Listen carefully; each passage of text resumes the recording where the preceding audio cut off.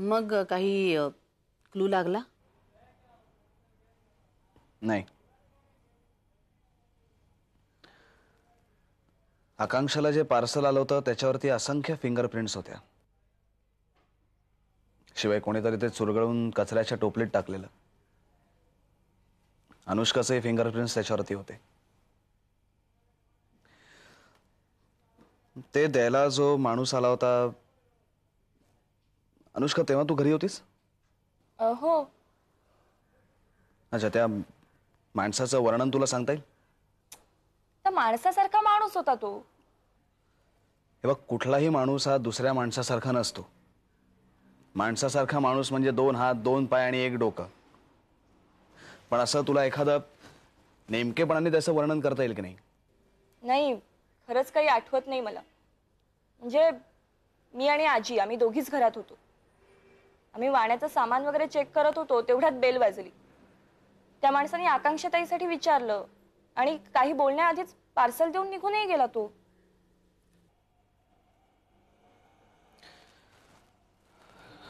अनुष्काची आई, नोटांचं बंडल घेऊन येणारं जे पार्सल होतं ते मिनरल वॉटरच्या बाटल्या विकणाऱ्या कंपनीतनं आलं असावं. आणि पाणीवाली बातमी फोडलीत तर परिणाम वाईट होतील असाही एक प्रेमाचा संदेश त्याच्यात होता ना. पण आकांक्षाताईंनी असा काही लेख लिहिलाय हे त्या पाणीवाल्यांना कसं कळलं? मी हेच म्हणणार होते. माफ करा मॅडम, पण ही साधी गोष्ट तुमच्या लक्षात यायला हवी होती. अहो, सरकारी कचेऱ्यांमध्ये आणि वर्तमानपत्रांच्या ऑफिसेसमध्ये एकमेकांचे हितसंबंध जपणारे खूप जण असतात. आता ही बातमी दिल्यामुळे ज्यांचं नुकसान होईल अशा लोकांना वर्तमानपत्रवाल्यांनी ही बातमी दिली असणार आणि त्याच्यातूनच हे पुढचं सगळं नाटक घडलं. पण आमची ताई हा लेख छापून आल्याशिवाय गप्प बसणार नाही. आणि हा लेख छापून आला तर ते पाणीवाले सुद्धा गप्प बसणार नाहीये. काय करतील ते? काही करू शकतील. काही म्हणजे काहीही. कोणत्याही थरापर्यंत ते जाऊ शकतील. गैरमार्गाने पैसा कमवायचा एवढं एकमेव त्यांचं उद्दिष्ट असतं. आता आकांक्षाने दिलेली बातमी जर पेपरमध्ये आली तर त्यांचं नक्कीच नुकसान होणार आहे. आणि अशा एकामागून एक बातम्या जर का पेपरात यायला लागल्या तर असे धंदे करणाऱ्यांनी जायचं कुठे? त्यामुळे आकांक्षाला धडा शिकवण्यासाठी ते पाण्यासारखा पैसा खर्च करतील. पण खरंच असं होईल असं वाटतं? मोहन, तू खरं काय ते सांग ना. तू उगाच घाबरवू नकोस. हे बघ अनु, मूर्खासारखं काहीतरी बडबडू नकोस. तुम्हाला घाबरण्यासाठी मी काही सांगत नाहीये. मी फक्त तुम्हाला परिस्थितीची जाणीव करून देतोय. आणि अतिशय साधी गोष्ट आहे की सापाच्या शेपटीवर जर तुम्ही पाय दिलात तर तो साप तुम्हाला तुमच्या मार्गाने पुढे जाऊ देईल का? मला तर भीतीच वाटतेय. हे बघ, भीती वाटून काही होणार नाहीये.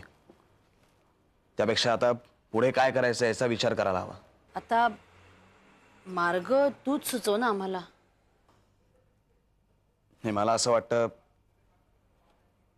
की तुमचं घर त्यांना कळलं असणार. आकांक्षाचे मित्रमैत्रिणींचे पत्ते किंवा ती ज्या ठिकाणी ऑफिसमध्ये कामाला जाते त्या ऑफिसेसचे पत्ते त्यांना कळले असणार. पण म्हणजे ताईच्या जीवाला धोका आहे? नाही, तिला पहिल्यांदा समजवतील, मग धमकावतील. आणि एवढं करून सुद्धा तिने बातमी मागे घेतली नाही तर तिच्या शरीराला गंभीर दुखापत करून तिचं मनोधैर्य खच्ची करण्याचा प्रयत्न करतील.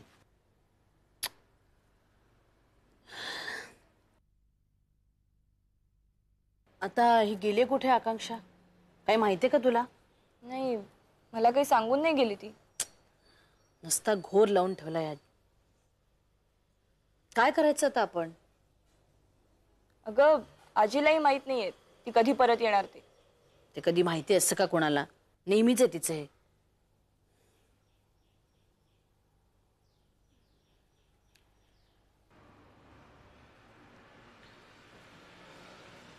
चल आता मी निघतो.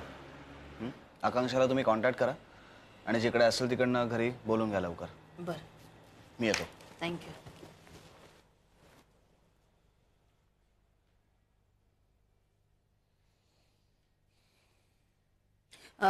तिच्या मैत्रिणींना फोन करून विचार घरी आले का त्यांच्या. हॅलो, हां, रेखा आहे का? मी अनुष्का बोलतेय. आकांक्षाताई आली आहे तिकडे? नाही. बरं, हां, जर ती आली तर तिला फोन करायला सांगा आज. हो, सांगितलंय, फोन करेल ती. तर हे सगळं असं आहे. अन्यायाविरुद्ध आवाज उठवायचा हे आपणच केलेले संस्कार. पण जेव्हा असा प्रसंग आपल्यावर ओढवतो ना, तेव्हा असं वाटतं की आपण केलेले संस्कार योग्य होते की नाही. शरद, आपण आपल्या मुलींना ना कातडी बचत धोरणच शिकवायला हवं होतं. तेच बरं झालं असतं. सुद्धा असे प्रसंग आपल्या आयुष्यात वेळोवेळी येत असतात. ही पहिली वेळ नाहीये. आणि तुझ्यासारखी धीरानं वागणारी बाई जर अशी गांगरून वागली तर कसं होईल? अरे शरद, त्या लोकांनी भली मोठी रक्कम असलेलं पाकिट पाठवून दिलं, ते सुद्धा थेट आपल्या घरी. शिवाय त्यांनी हे सुद्धा लिहून पाठवलं होतं की जर पाणीवाल्याची स्टोरी तुम्ही छापलीत तर परिणाम वाईट होतील. आकांक्षा काय म्हणाली? तुला काय वाटतं? ती स्टोरी छापू नका असं सांगितल्यावर आकांक्षानं ते ऐकलं असेल असं मला तरी वाटत नाही. ती तर चवताळून उठली. अनु आणि सुषमा होत्या बरोबर म्हणून बरं झालं. का? काय झालं? चक्कर येऊन पडली. मग काही नाही, नंतर आली शुद्धीवर. पण केवढी धावपळ.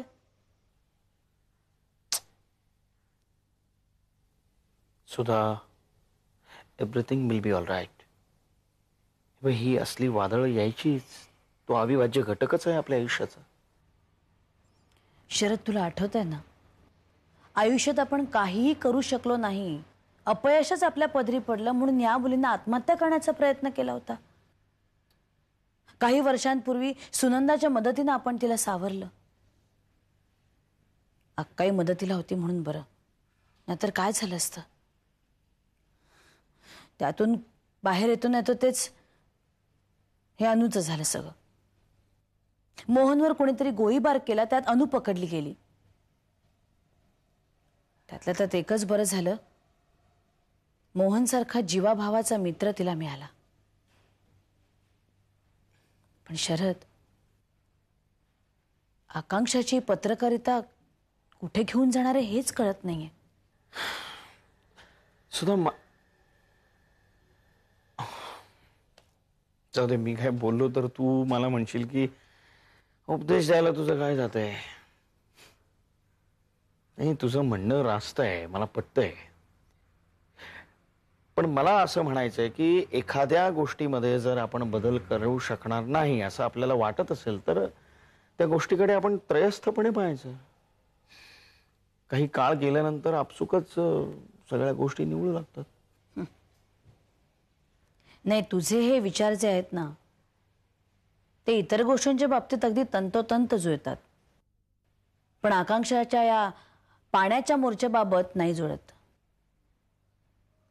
अरे, ती माणसं काहीही करू शकतील. आपण तिला घरात डांबून ठेवणार आहोत का? की तिला सांगणार आहोत आपण की हा लेख छापू नकोस? आणि या दोन्ही गोष्टींपैकी एकाही गोष्टीत तिचं सहकार्य आपल्याला मिळणार आहे का? तेही खरंच आहे म्हणा. आणि ही अनैतिक धंदे करणारी माणसं तिला तिला घरात सुद्धा ठेवणार नाहीत धड. तिथे सुद्धा शोधून काढतील तिला. सगळंच कठीण होऊन बसलंय. सगळेच पेच प्रसंग. नाहीतर काय. एका खड्ड्यातून सही सलामत सुटून सुटकेचा निश्वास टाकावा ना, तर दुसरा खड्डा आ वासून उभाच आहे.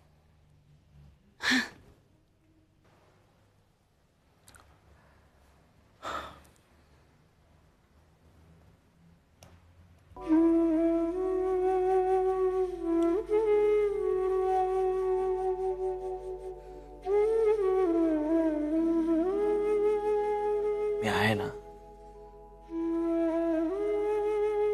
हेच हवंय मला.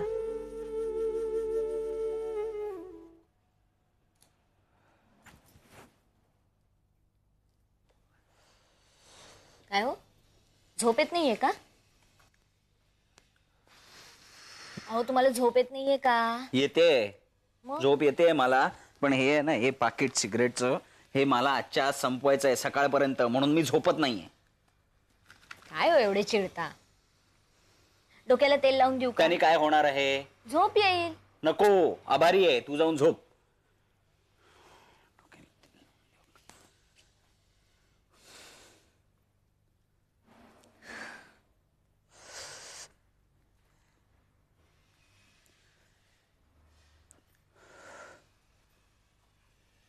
हे बघ,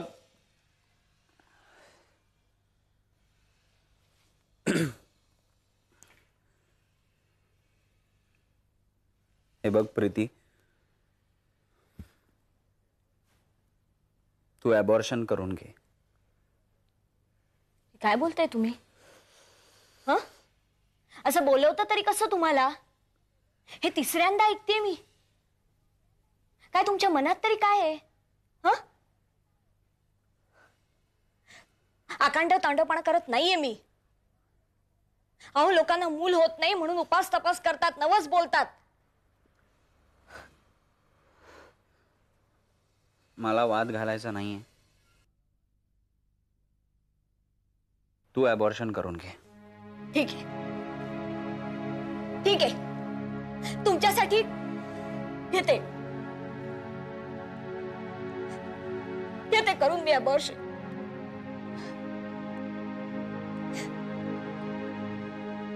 घेते. तू जर मला इमोशनली ब्लॅकमेल करायचा प्रयत्न करत असशील तर ते करू. ब्लॅकमेल? आणि तुम्हाला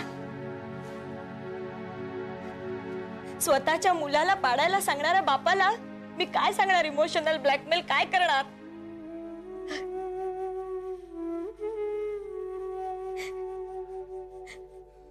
मुलावर फक्त तुमचा अधिकार नाहीये, माझा सुद्धा अधिकार आहे. नाकारते तुम्ही आहात. मुलाची मुलीची जबाबदारी घ्यायची नाहीये तुम्हाला, असं सांगा ना. घेते, चला घेते मी जबाबदारी. शिकवलंय मला आईने तेवढं करायला. मला सांगतायत घरात वाद नको म्हणून मी इतके दिवस काही बोलले नाही. पण तुम्हाला काही विचारलं की तुम्हाला राग येतो. आपल्याला कोण होणार? ती होणार का तो होणार? असं विचारलं की तुम्हाला चिडचिड करता. लाडा बोललेलं तुम्हाला चालत नाही. मुलाचं काय नाव ठेवायचं असं विचारलं की अबोला धरून उत्तर देता मला तुम्ही. आणि काय तर म्हणे माझा व्याप वाढलाय त्याच्यामुळे मला तुझ्याकडे बघायला वेळ मिळणार नाही. काय तर मूल काय केव्हाही होईल, नंतर कधीतरी बघू. ही असली पोरकट कारण सांगता मला तुम्ही.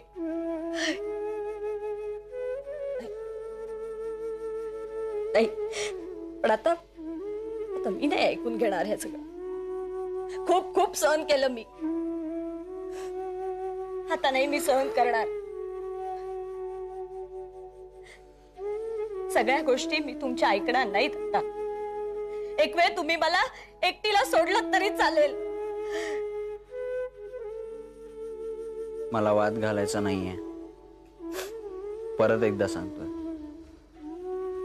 तू जाऊन झोप.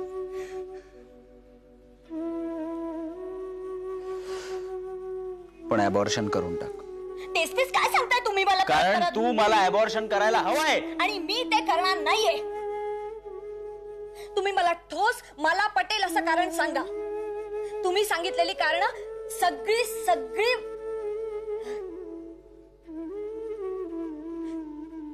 तकलादू आहेत.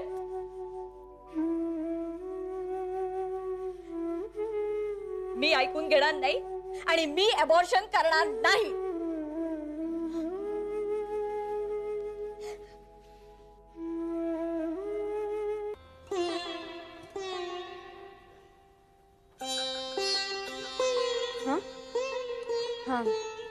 काय म्हणाला मोहन? ताई आता पुन्हा सगळं सांगू? मग इतका वेळ मी काय सांगत होते?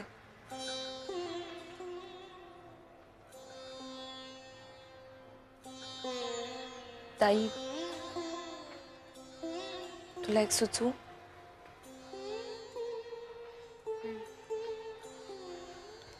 तू हा लेख मागे घे. अनु, तू काय त्या भेसळयुक्त पाणी विकणाऱ्या कंपनीला सामील झाली आहेस का? ते काय बोलतेयस तू? हो, म्हणजे वरवर बघताना असंच वाटतंय ना. अगं पण हे बघ अनु, तू एखाद्या दवाखान्यामध्ये एखाद्या डॉक्टरला असं म्हणशील का की तुमच्यासमोर जखमी अवस्थेत जो माणूस पडलाय तो एक गुन्हेगार आहे आणि त्याच्यावर उपचार करू नका? हे बघ ताई, तुला मी लेख मागे घ्यायला सांगितलं ही माझी चूक झाली. इतक्या वर्षांचं ओळखते मी तुला.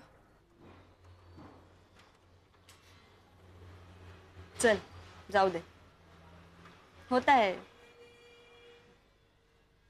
हा, तू काय सांगणार होतीस? काय म्हणाला मोहन? हे बघ, त्याचं म्हणणं आहे की हे जे धमकीचं पत्र आहे ना, हे त्या भेसळयुक्त पाणी विकणाऱ्या कंपनीनेच पाठवलं असणार.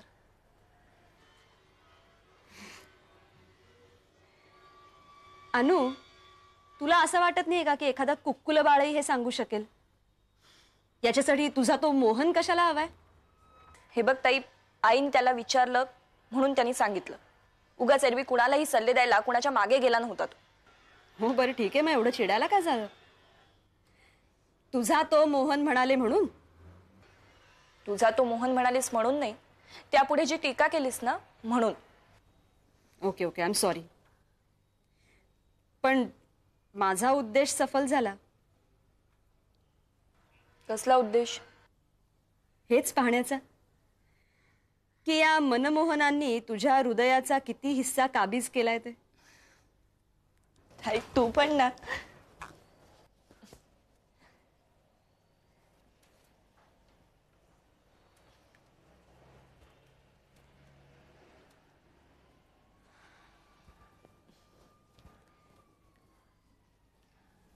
अनु, मी काय करू तुम्हाला सांग?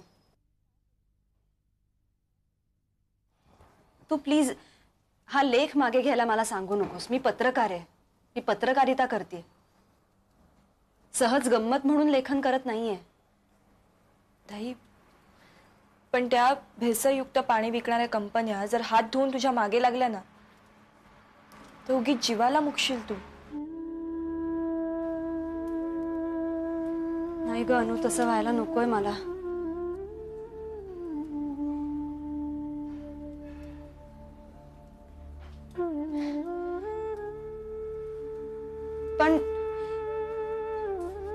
पण आता नियतीच्या मनात हेच असेल तर आपण काय करणार अनु?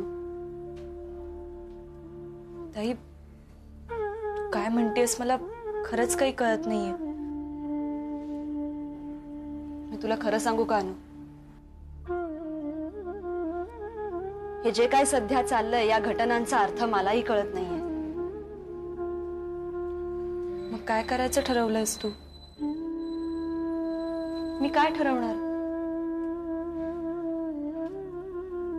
मी फक्त माझ्या बाजूनी प्रयत्न करणार आहे. कसला? हेच मला धमक्या कोण देत आहे हे शोधून काढण्याचा. एकदा वाटतं हे भेसळयुक्त पाणी विकणारेच असतील, किंवा मग एकदा वाटतं जाऊ देत, कुणी का असे ना, हे 2 दिवस गेल्यावर मी हा निर्णय निश्चित घेईन.